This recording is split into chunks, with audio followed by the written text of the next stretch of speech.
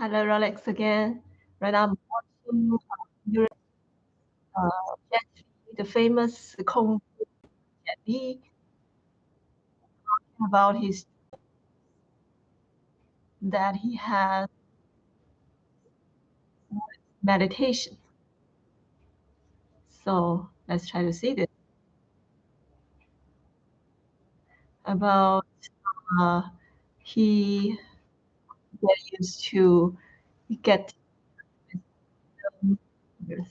Let's see.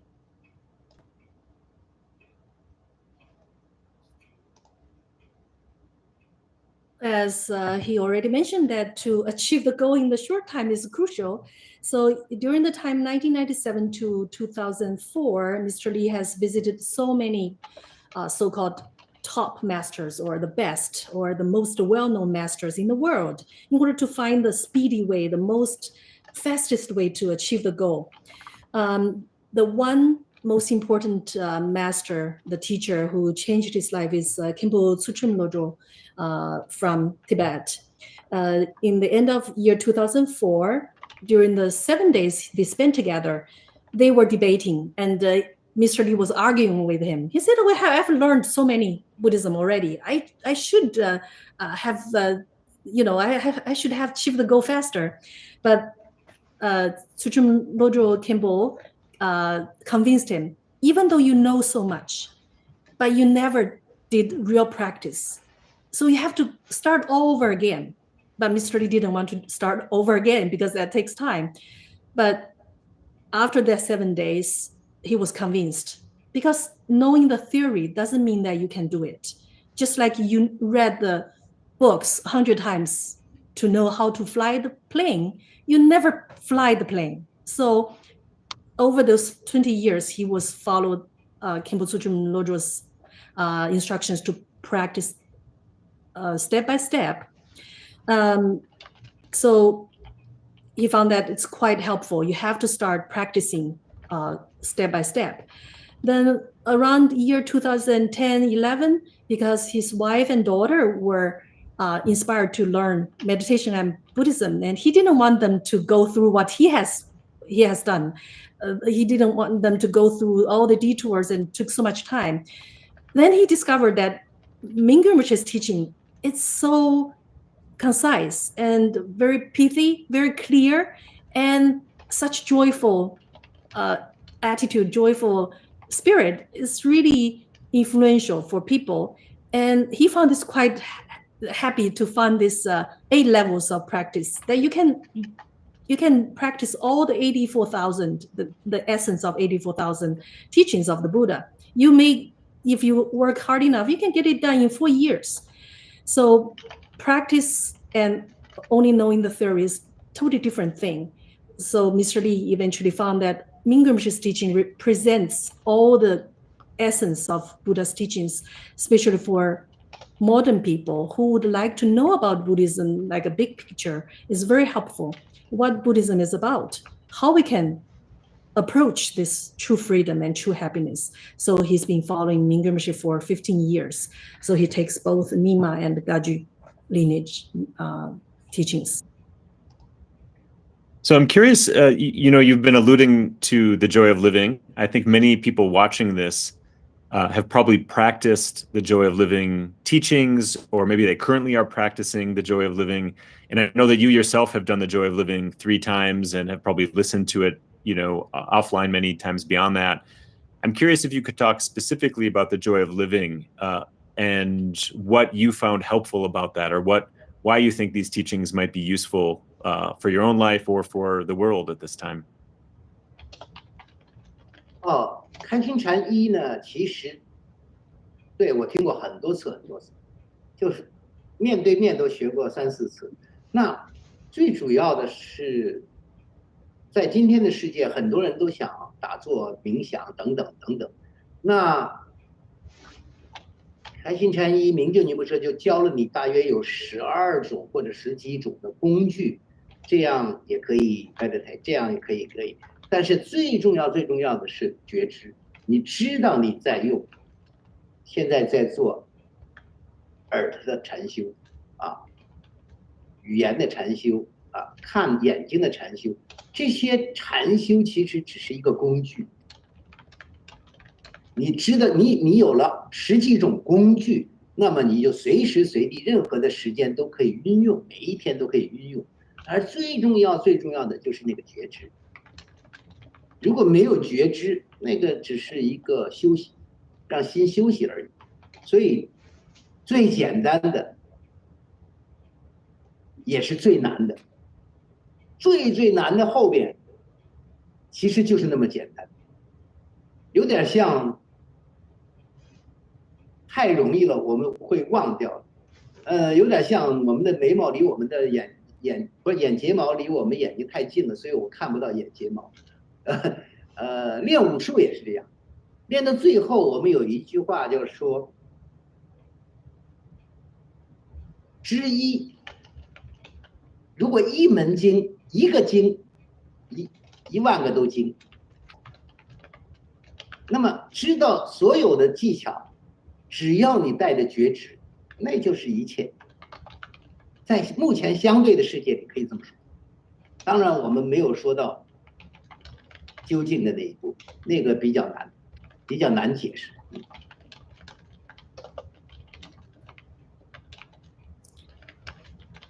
For joy of living, even level 1, Mr. Lee has taken many times. Even in person, he has taken 3-4 times in front of Mingyur Rinpoche.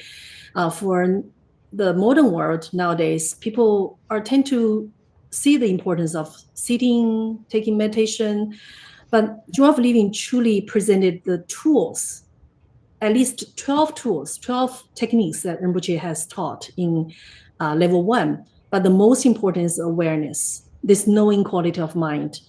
No matter what we do, when you're speaking, when you're looking at something, when you're hearing the sound, you can bring this awareness into what you're doing. You know what you're doing. So this tool is meditation. And you can bring this tool to anytime, anywhere, whatever you do. This is the most important, most crucial thing that, if you have to call it technique in the joy of living. Otherwise, if you do not know the awareness, your sitting or meditation is just relaxing, just bliss out. So this is, but awareness is the most simple, also at the meanwhile the most difficult. It's just like our eyelashes. It's too close, you cannot see. It's too easy, you don't believe that you can do it. You have it, you are it. It's like something in wushu, the martial arts too. At last, when you achieve that level, you know the techniques, you know the most essential thing, you know that one, then you can apply to 10,000 different weapons, different movements, right? So the technique is different, but the essence, just awareness. That's the most important thing, at least for the relative world, for the relative practice, not talking about the ultimate level, which is difficult to explain at this moment. So that actually is a great lead into a question that came from our audience, from someone who's watching right now. And they asked if you could give some advice for someone who's just starting out on their spiritual journey. Where do you think is the best place for somebody to get started if they're, just a normal person who has a job and perhaps a family? How can they get started? 我想第一个还是要解决那个 motivation 那个动机和目标。我个人也听了很多的人有兴趣，但是不知道从何入手。那其实首先我想分享一点点，就是说我们每一个人都希望健康和快乐。那健康更多的是指身体，那快乐更多的是心理。所以有点像一个手机和它的里边的芯卡，云端一个硬的，一个软的。那健康不用太多讲，每个人大概都知道，不同的年龄、不同的文化，应当吃什么，怎么运动，怎么保持自己的适合自己年龄的那个运动，保持身体很好，那个是可以训练的，而且大部分人都知道一些。但是对于心理的训练，怎么样快乐，这个讲的比较少。但是其实心是可以被训练。我们现在的心有点不能自主，有点像打工的，不是老板。因为什么？外面有一个好吃的东西，我们就被吸引去了。结果他是好吃的是老板，我们就变成打工的。好看的包包也是，好听的声音也是，所以一切都是主人都在外面，我们是一个像奴隶，像一个 worker 一样。所以我们的脉整天都不开心，因为我们不了解它，我们不能控制它。其实开心禅教了很多的方法，从那里开始。你不需要有很深的或者很远的目标，说我要想超越生死之类的，只是生活有 quality， 就有质量。我希望健康，那你知道那些常识，多少卡路里啊，多少这个，你知道快乐，就是心是可以被训练的，跟他做朋友，了解他，看着他，他慢慢的就会变成主人，不受外面的一点一点的慢慢的创造一个新的习惯，他就自己可以做主，而不被外面的一切吸引走，而他们是主人。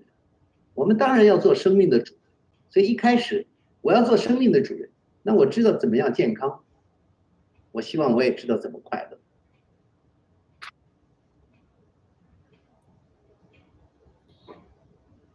First of all, also the motivation, as we already talked about, and the goal. But people have different interests. People nowadays, many people have interest in meditation, but you need to find yourself a accessible way and feasible way that you can do that. So here, Mr. Lee just shared his own ideas with these two parts of happiness that it can create a better life. One is the health part, like the physical, and the happiness that's more mental. So it's sort of like the cell phone. You have a hardware, you have software. So the cell phone, you must to use it for fun, you can use it skillfully. You need to develop the software, not only just the hardware. So as normal modern people, you based on your own culture, your background, your experience, you find a good way to maintain the health. You do exercise, you intake good food, and you can train your body to be healthy. But how about the mind? How you can maintain that inner happiness? But mind can be trained too. So this is the first thing we need to know. But right now, before training the mind, we are all the slave of our own mind. We are like employee, and our mind is like the boss. We have to follow the mind. When the mind was distracted, was unhappy about the external phenomena, we couldn't feel real happy. So starting with the basics, like joy of living level 1, we learn different kind of methods. Not talking about going beyond that life and death, that kind of high goal, just a quality life. You can have this basic understanding of your mind. Find the true happiness can come from within. Then you can be your own master. Your mind can listen to you, can follow you. So we gradually, through meditation, gradually establish a habit, and without being distracted all the time by external phenomena. And then you can find this balance of healthy physical being and happy mind. So a lot of what you've been talking about is really touches upon the very practical aspect of these teachings, how they help our ordinary life. And I have a memory that I'm guessing you probably don't remember, but I will remember my whole life, which was really inspiring to me. And it happened actually when we were driving a few years ago from Minneapolis, Minnesota in the United States to Madison, Wisconsin. So it was like a 5-hour drive. And you might remember we were with Mingyur Rinpoche and your daughter Jada. And we were driving through the Midwest of the United States. So we were driving through all of these small towns. And we had to stop and get lunch at one point. And we ended up at this mall, like kind of an old mall. And there was a food court. And there was really not many places to eat in this town. So we ended up there. And we walked in, and you ended up getting a meal at kind of a little Chinese restaurant in this food court. And it was a funny experience because you could see the Chinese family that were running the restaurant. They were looking at you and thinking, that looks a lot like Jet Li. And you could see them kind of talking to each other and looking at you and thinking, no, it couldn't be Jet Li. We're in Eau Claire, Wisconsin, in this small town. It's obviously not Jet Li. And it was this funny experience just observing this interaction and their confusion. But what was inspiring to me is it was actually your humility, that you walked into this mall and clearly these people, would have recognized who you are. And it was like your bearing, your demeanor was just humble and just very kind of ordinary. And I saw that throughout this period where we were together with Mingyur Rinpoche on these retreats, and all sorts of people were seeing you and thinking, oh, that's Jet Li. And you were, just a very, not kind of acting like a big show. And that got me thinking of something I wanted to ask you about, is how you've worked with pride as an experience, because of course there's very few people on the planet who are, a huge movie star in China, in Europe, in the United States, really throughout the entire world. And so I imagine that it's easy to get to develop a lot of pride through that, not to mention, of course, your martial arts championship. So I'm curious how you've worked with that. What has it been like working with pride within your own spiritual practice? Has that been an issue? And if so, how have you worked with that through your meditation? Before the meditation,我是喜欢思考的人。其实，在别人的眼中你是什么，和你自己去想你是什么是两件事。我很年轻的时候也挣扎过。那当我看到历史几千年的历史当中，那在几千年当中有很多有很成就的人，我们先不要说那些皇帝了、哲学家了、画家了、诗歌呀、科学呀，在那个时空中他们都非常了不起。我们只是在这100年当中、这几十年当中的，在某一个行业中有点成绩而世界知道而已。但是我知道自己，你把浓缩在时空中、空间和时间里边，你什么也不是，你根本就我们普通话你是哪根葱啊？你什么也不是，你非常的渺小，几乎很难找到。就像你在遥远的太空去望地球，那里是有80亿人，但是在外太空来看，你就是一个dust，就是一个小土渣。再远了，出了银河系，你连土渣都没有。你在那个土渣都没有的那么小的沙子都没有的世界里头，在某一个领域里、某一个行业里、在某一个时间里有一点点不同而已，而且是别人喜欢你给你的名义，你算啥？你什么也不是。我一早就知道自己什么也不是。所以佛教当然你从宏观上和微观上看都找不到你是什么，连皇帝我们都记不住有多少，何况你呢？哇，你啥也不是。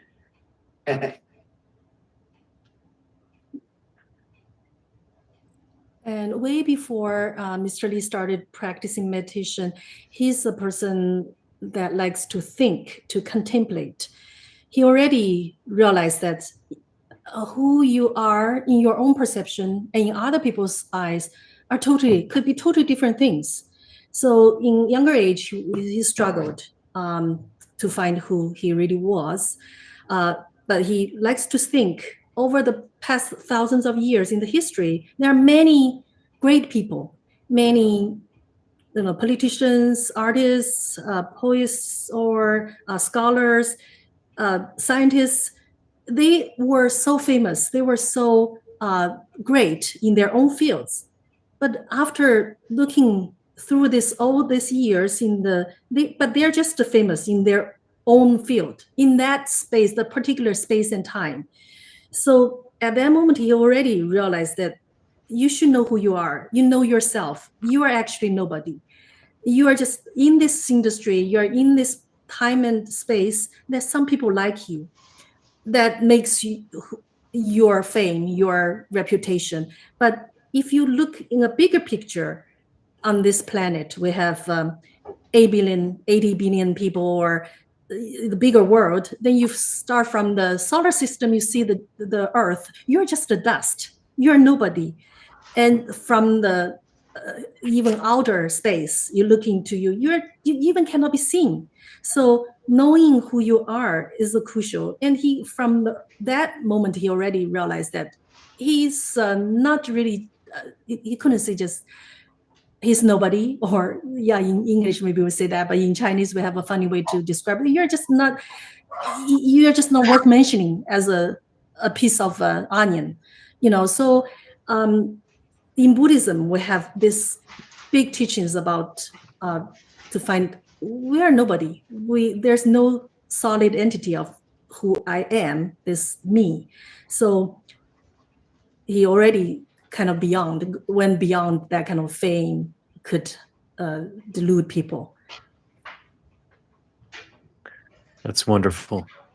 Another thing you've been mentioning, Jet, is the importance of compassion. And there's a number of questions that people have written in that are touching upon the importance of compassion and how compassion relates both to meditation practice and martial arts.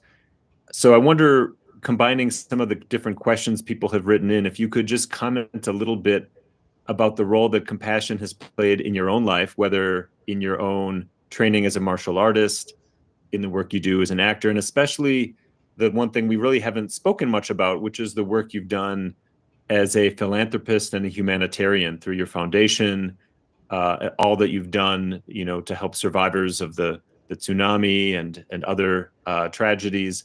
So I wonder if you could just talk about how compassion can really inform our life, whether it's our outer life in our careers or our inner life in meditation. 这个话题也蛮大的，因为慈悲来讲，我们作为一个人从开始修行的时候，就3个阶段，其实学习佛法就3个阶段，一个是出离心，一个是菩提心，一个证悟空性。那么有了出离心想改变，那么就有菩提心。那菩提心刚开始大家做不到，我也做不到，那就是愿菩提心吧，就是发愿，希望哪个人都离苦，希望哪个人都快乐，我们每天都要念愿菩提心。那第2个阶段就行菩提道，叫做什么，要有所行动，做什么。那第3个是圣意菩提心，那大家可能比较难理解。那我自己的体会，一基金我做了的时候就是行菩提道而已。作为一个修行人，我就去做一个行菩提道。其实我的体会最重要的不是你帮了什么，大家都觉得我是一个好人，我是一个佛教徒，所以我帮了，我要做这个，我要帮那个。我们一基金20年来也做了大约50亿人民币的捐款，做这个全家人加在一起整个社会完了也帮了3000多万人，这个只是一个数字。对于我来讲，行菩提道，就是在帮别人的时候，其实要达到的目的，消灭自我的中心，消灭自我。经过菩提道的最终结果是把自己看得越来越小，越来越小，才能进入到第3步，了解空性。那么愿菩提心，行菩提道的目的，那究竟的菩提心，当然究竟就不用再讲了，比较难讲了。但是它是一个很自然的事情，不用那么想的那么高尚那么伟大，没有什么。我记得一个宁波车开玩笑的在讲，菩提心慈悲心就像你到厕所屁和拉屎就是一样，该做就做了，那么简单的事情，不值得歌颂，也不值得表扬，因为你需要就做，应当感谢那些人给我的机会去行菩提道。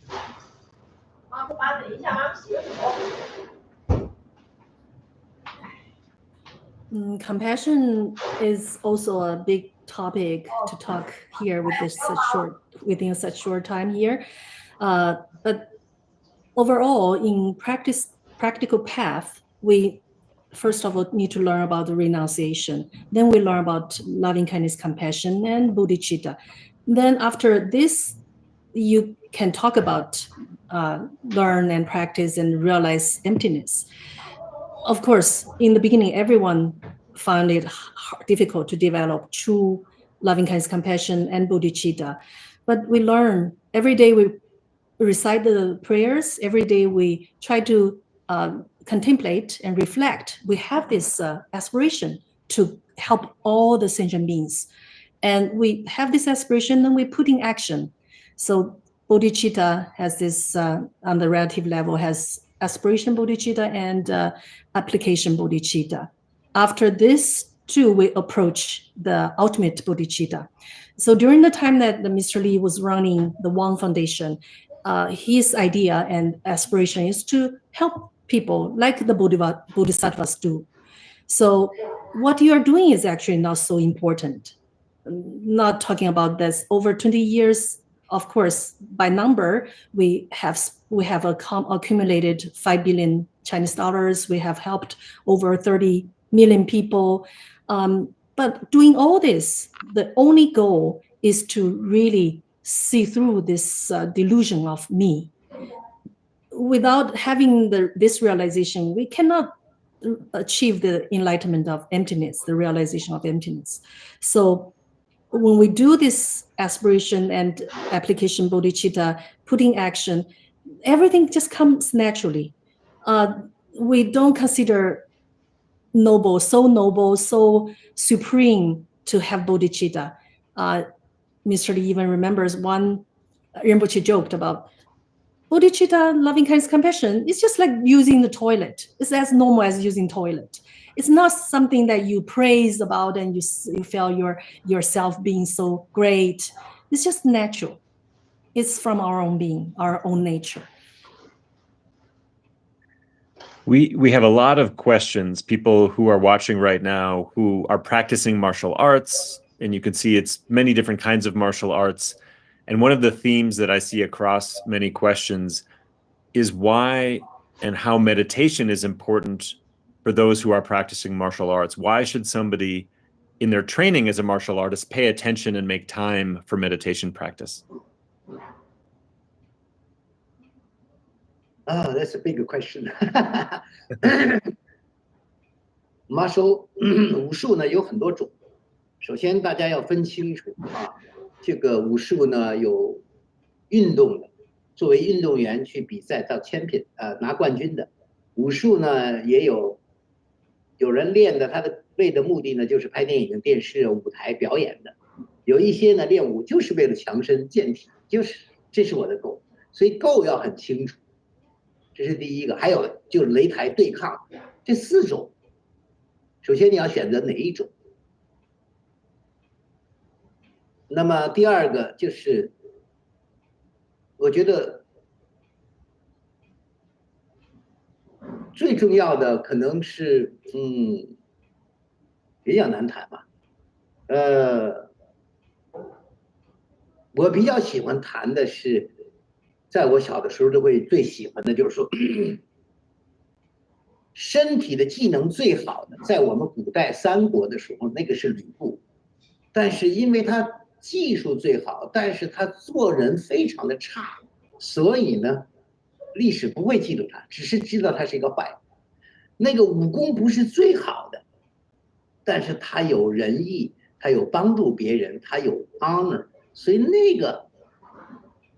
他变成叫关羽，那他变成武圣。到今天，所有练武的人还会很怀念，因为他叫武圣，就是练武的最高境界的人。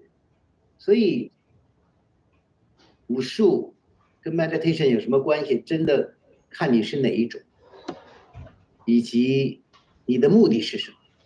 有的时候是需要 meditation， 有的是根本不需要。meditation 更多的是技术技巧。如果你想做健康和快乐，那快乐一定要从 training mind。There are many types of wushu, the martial arts, depending on the goal. their competition. You as a sports, people compete and get to fight for the championship. The second type is to perform. It's like a performing artist, what the performing artists do. The third is that people practice wushu to improve their health or maintain their health, as well as someone would do the confrontation to like a fight or boxing type of wushu. So when he was young, he already considered, already learned from the history that how skillful, how strong you are in playing wushu doesn't mean that you can be a hero, you can be remembered.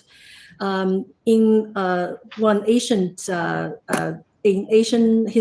Chinese history, there's one kingdom called the Three Kingdoms period.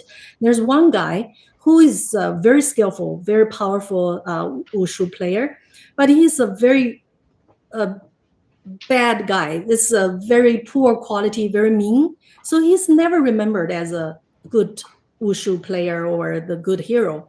However, on the other hand, one guy called Guan Yu, he's considered the saint of martial art because even though he doesn't have the top skills in wushu, but he is a very generous, very brave, very courageous person. So he's being remembered as the saint, the sage of the martial arts. So the relationship between martial arts and meditation, you need to consider your goal. If you want to just have a health or have fame or to be famous, you might not need meditation, but you want to have a true happiness in your mind, you must practice meditation. So we're unfortunately at the end of the time. There are so many questions that we'd love to ask, but I wonder if we could end with a piece of advice. I think so many people look up to you as a real role model and icon that we can look up to in our own lives and practice.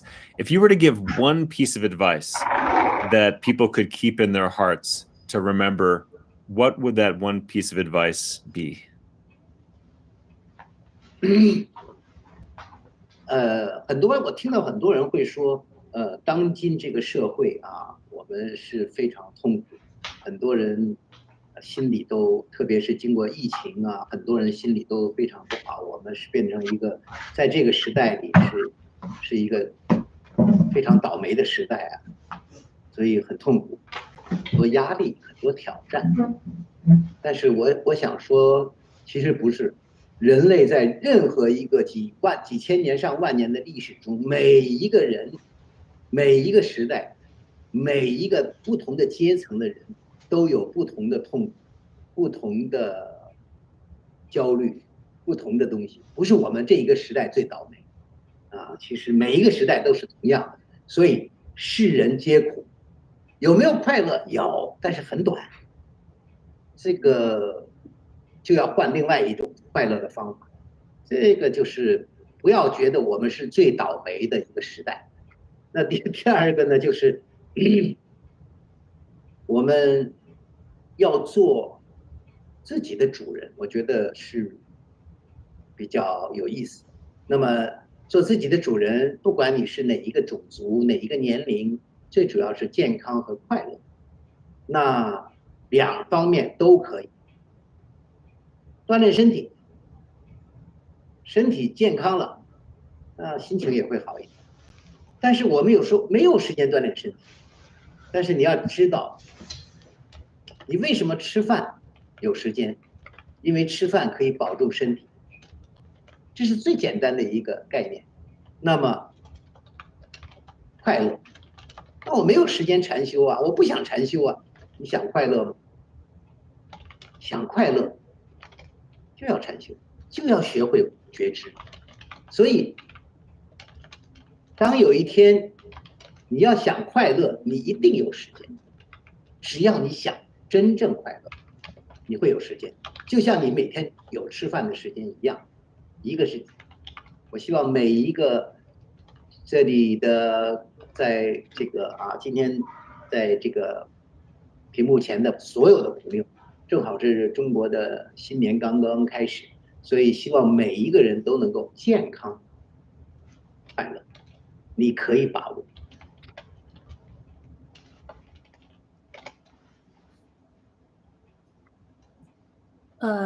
Even though we are in this time, this age that suffering is so extreme, especially after COVID, everywhere we go, every time we look at the news, there's suffering. It seems that we are living a very unfortunate age, lots of challenges, lots of stress and pressure. But looking to the history, actually over this many years that we can remember, we can look back, every generation, every year, every era is full of suffering. We're not in the worst. So Mr. Lee hopes that people can keep that in mind. Suffering, even though suffering is universal, as long as we are human, we must experience suffering, but that's not the end of the world. We shouldn't consider that we are the most unfortunate generation. Second, he thinks it's very important to know that being your own master is very important and helpful. No matter what race, what age, health and happiness is everyone. We all want, we all look forward to. However, if your health is poor, your mood cannot be good. If you want to get good health, you must exercise. You must keep the good time and exercise. You need to do whatever you can. Just like eating the meals, you take meals, you have the time to take meals, right? That's as simple as that. If you want to really have the inner happiness, the happy mind, you must meditate. You must know about awareness. So till one day you really want to have happiness, you must find time. Just like you have time to take a meal. You want to maintain, you want to live, you want to maintain your life. If you want to have a true happiness in your mind, just like you are taking meals, you must meditate. Especially we're just entering the new lunar year, new year of in Chinese calendar, in Chinese culture. Hope everyone would look health and inner happiness the same important in their life, and everyone can build their own routine to be healthy and happy at the same time.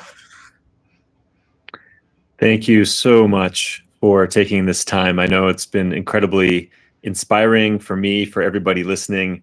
And on behalf of Mingyur Rinpoche, who you, of course, know so well, the Tergar community, I think there's probably many people here who are following the Joy of Living teachings that you also mentioned, and all those people who are connecting with Tergar for the very first time, who are watching this now or who will watch in the future. I want to offer you a deep bow of gratitude, not only for what you've shared here, which has been incredibly meaningful, but also for the work that you've done for many, many years in your life to alleviate suffering and do so much good in the world. So again, thank you so much for taking the time. It's been an honor to have you with us. And I think we have a few announcements as well, but just wanted to end with a note of gratitude. 谢谢所有的翻译，所有的 translator， 谢谢所有的聆听的人。我只是分享我个人的感受，不代表是对的。所以呢，就回到明就尼博士的话 ，OK is OK， 不 OK is OK。Keep be healthy, happy. Thank you, everybody. Thank you. Just keep in mind what Rinpoche has told us, being okay with being not okay. Everyone can work out the way. So thank you so much.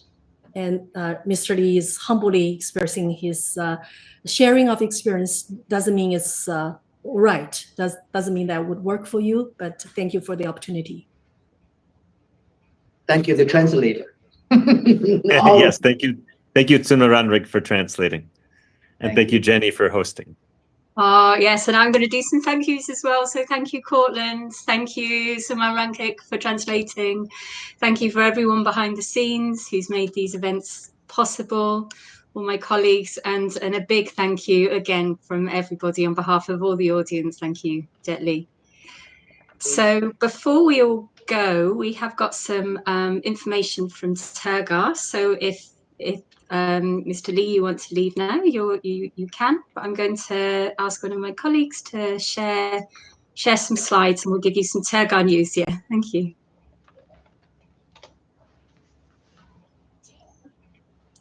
Okay, so if you are new to Tergar, new to meditation, or if you've been practicing for a while but want to deepen your experience, the Joy of Living program is the perfect place to start. So it's designed by Mingyur Rinpoche, and the program offers a structured, authentic path to take you from cultivating basic awareness to profound insight into the nature of reality.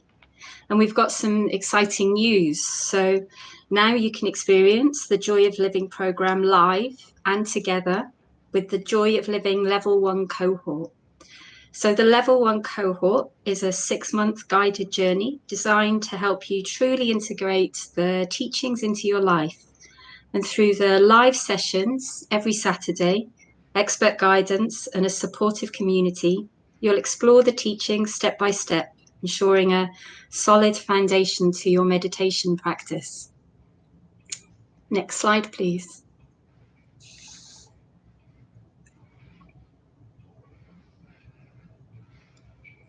So the Joy of Living program has been transforming the lives of thousands of students who are practicing with us. And you can see here Evan, who shared his testimonial. These meditations have been really beneficial in my ability to express love towards others, even in small ways. And as I've opened up more, my ability to be happy for others or grateful for others' freedom from suffering is slowly shifting my own worldview. So the next slide, please.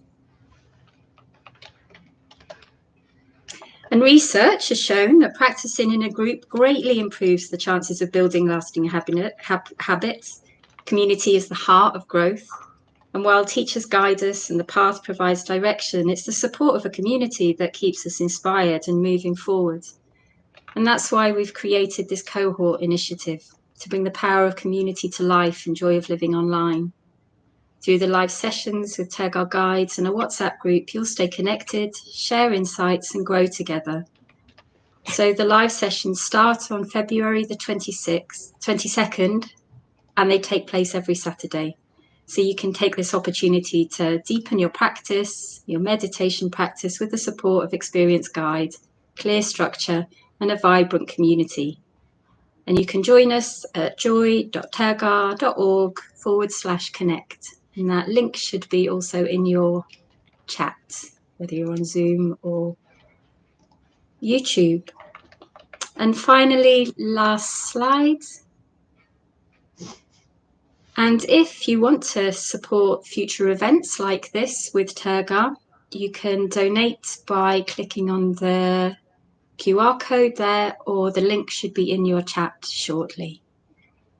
And then finally, as we come to the end, I just want to say thank you, all of you, for coming along to this my meditation journey with Jet Li, and we really look forward to seeing you again in the future. So bye-bye from myself and all my colleagues at Tergar.